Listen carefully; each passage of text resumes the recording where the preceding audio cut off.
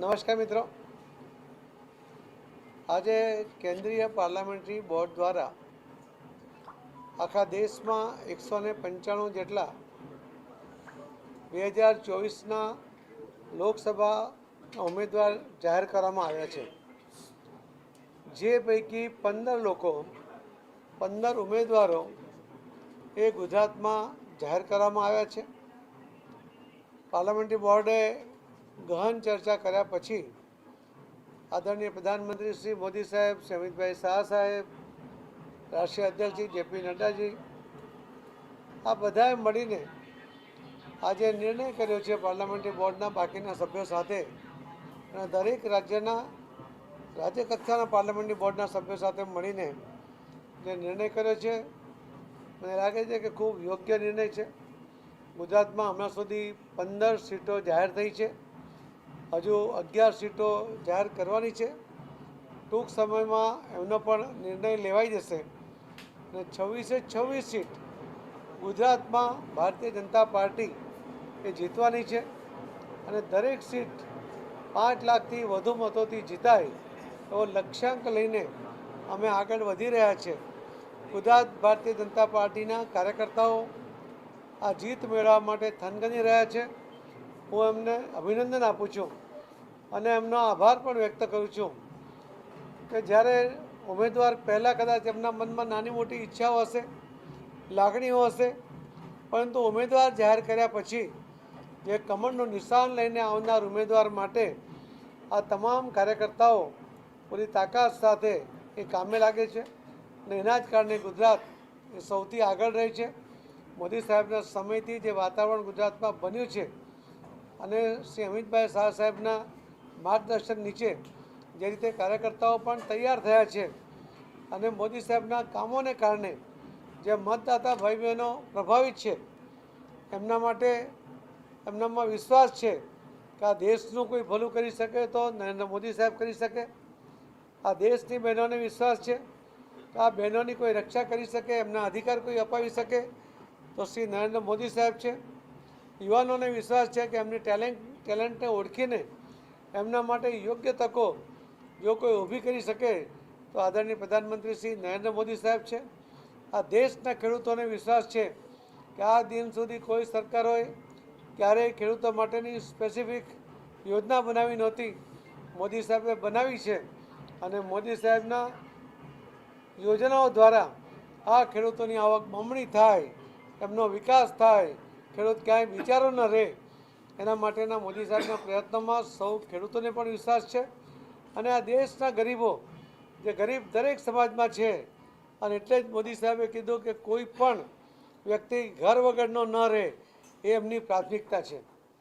ગરીબીની રેખામાંથી એમણે 10 વર્ષની અંદર ઢંઢેરો પીટ્યા વગર 25 કરોડ લોકોને ગરીબી રેખાથી બહાર લાવ્યા છે અને બાકીના લોકો માટે પણ એ પ્રયત્ન કરી રહ્યા છે।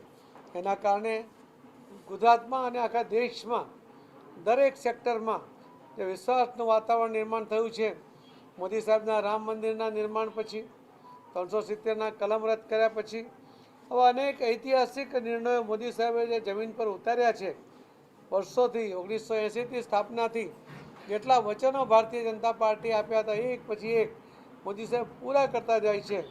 વચનોની આપવાનું મહત્ત્વ હોય છે, એમાં લોકોનો વિશ્વાસ હોવો જોઈએ અને એટલે જ આજે લોકો પણ કહે છે કે મોદીની ગેરંટી એટલે પથ્થરની લકીર છે।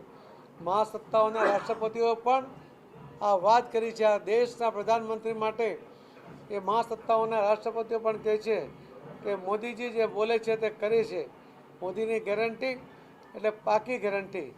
આ સૌના સથવારે આ ઇલેક્શન ભવ્ય રીતે જીતાય એના માટે અમે સૌ પહેલાંથી જ સક્રિય છીએ અને અમારું જે અપેક્ષિત પરિણામ છે મેળવવા માટે મતદાતા ભાઈ બહેનો પાસેથી અપેક્ષા પણ છે।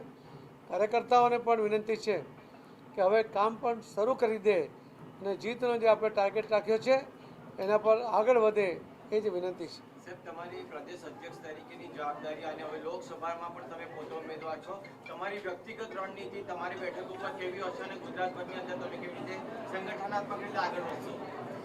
નવસારી લોકસભાની મારી સીટ ઉપર ગયા વખતે પણ મતદાતા ભાઈ બહેનોએ 6,89,616 મતની લીડ આપી હતી। આ વખતે મારી પાસે નવસારી ઉપરાંત ગુજરાતની તમામ સીટો ઉપર પણ એ જીતાડવા માટે ધ્યાન આપવું પડશે, એટલે હું ઓછામાં ઓછો સમય મારે નવસારીમાં હું આપી શકીશ। પરંતુ નવસારીના મતદાતા ભાઈ બહેનો, કાર્યકર્તાઓ, આગેવાનો, પદાધિકારીઓ, ચૂંટાયેલા પ્રતિનિધિઓ આ સૌ જે રીતે પોતપોતાનો વિસ્તાર એ સંભાળી લેવા માટેની અમે જે ખાતરી આપી છે એના આધારે હું કહીશ કે મારે નવસારીમાં હું એક પણ દિવસ નહીં જઈશ તો બી મતદાતા ભાઈ બહેનોને સાથે લઈને સૌ કાર્યકર્તાઓ ધાર્યું પરિણામ લાવી શકશે એવો મને વિશ્વાસ છે। સર, આ વખતેની લોકસભાની ચૂંટણીમાં ભારતીય જનતા પાર્ટી જે કાર્યકર્તાઓ લોકો સુધી પહોંચતા હોય છે, રણનીતિમાં શું નવું જોવા મળી શકે છે? રણનીતિ જાહેરમાં કરવાની ના હોય, પરંતુ અમે આટલા વર્ષોના અનુભવથી ઇલેક્શન લડવા માટે અને આટલા વર્ષોના લોકોનો પણ મોદી સાહેબનો અને મોદી સાહેબની સરકારના અનુભવ પર જે વિશ્વાસ બેઠો છે એટલા માટે અમે એવું માનીએ છીએ કે અમારી પાસે સરળતા છે, પરંતુ અમે સરળતા હોવા છતાં કોઈ પણ ખૂણે એને છોડીશું નહીં। દરેક જગ્યાએ પ્રચારમાં, પ્રસારમાં, લોકો સાથેના સંપર્કમાં, કાર્યકર્તાઓને સક્રિય કરવામાં અમે પૂરા સક્રિય રહીશું। ભરૂચ બેઠક ઉપર ઉમેદવાર બસ બીજા નહીં, हिंदी कर दो। બીજો કોઈ પ્રશ્ન નથી ને કોઈને? મિત્રો હા, અને नमस्कार। भारतीय जनता पार्टी ने 2024 के चुनाव के लिए पूरे देश में 195 कैंडिडेट का नाम तय करके उसको आज पत्रकार परिषद में डिक्लेयर किया है। गुजरात में भी 15 सीटों के ऊपर उम्मीदवार के नामों को आज जाहिर किया हुआ है। मुझे विश्वास है कि आने वाले दिनों में और 11 लोग जल्दी से उनका भी नाम डिक्लेयर हो जाएंगे और भारतीय जनता पार्टी नरेंद्र मोदी साहब की लोकप्रियता को लेकर उन्होंने जो जिस तरह से लोगों की अपेक्षा पूर्ण की है, उन्होंने अनेक वचन पूर्ण किए हैं और आदरणीय श्री अमित भाई शाह साहब के मार्गदर्शन में, जेपी नड्डा साहब के मार्गदर्शन में हम लोग कार्यकर्ताओं के आधार पर गुजरात के मतदाताओं का संपर्क करते हुए हम गुजरात की 26 की 26 सीट कम से कम 5 लाख से ज़्यादा लीड से जीतने के संकल्प के साथ हम आगे बढ़ रहे हैं। हमें विश्वास है ये टारगेट हम अचीव करेंगे क्योंकि लोग भी हमारे साथ हैं। जिस तरह से आप प्रदेश अध्यक्ष हैं, आप तो बाकी सीटों पर किस तरह से समय दे पाएंगे और अपनी सीटों में कैसे समय दे पाएंगे? नवसारी की सीट पर हमारे मतदाता भाई बहनों के साथ हमारा संपर्क है। हमारे कार्यकर्ता, हमारे संगठन के लोग, हमारे इलेक्टेड मेंबर्स, ये सभी लोग अपने अपने क्षेत्र में उन्होंने जवाबदारी लेकर काम भी शुरू किया हुआ है। मैं नवसारी में मेरी बहुत ज़्यादा जाने की आवश्यकता नहीं है और बाकी सीटों के ऊपर भी जिस तरह से हमारा प्लानिंग हुआ है उसके ऊपर ब्रशिंग करते हुए वो काम को आगे बढ़ाने के लिए मेरा 26 सीटों के ऊपर प्रयास रहेगा और हम 26 सीट जीतने के लिए 5 लाख की लीड पे जीतने के लिए कोशिश करेंगे। सर, विपक्ष के पास क्या कोई ठोस मुद्दे नहीं है भाजपा के लिए सामने? हम तो हमारी बात करते हैं, हमारे पास बहुत मुद्दे हैं, लोग उस सभी मुद्दों से प्रभावित भी है और वो अपने आप को उसके वजह से भारतीय जनता पार्टी के विचारधारा के साथ जोड़ भी रहे हैं। यही ताकत है मोदी साहब के गारंटी की, उसी के आधार पर हम आगे बढ़ रहे हैं। सर, मतदाताओं को क्या अपील रहेगी इस चुनाव के अंदर खास तौर पर? मतदाताओं से मेरी अपील है सभी भाई बहनों से कि आपने नरेंद्र मोदी साहब के ऊपर विश्वास किया है। आपकी अपेक्षा पूर्ण करने में मोदी साहब ने पूरी जहमत भी ली है और सिर्फ जहमत नहीं की, परिणाम भी दिए हैं।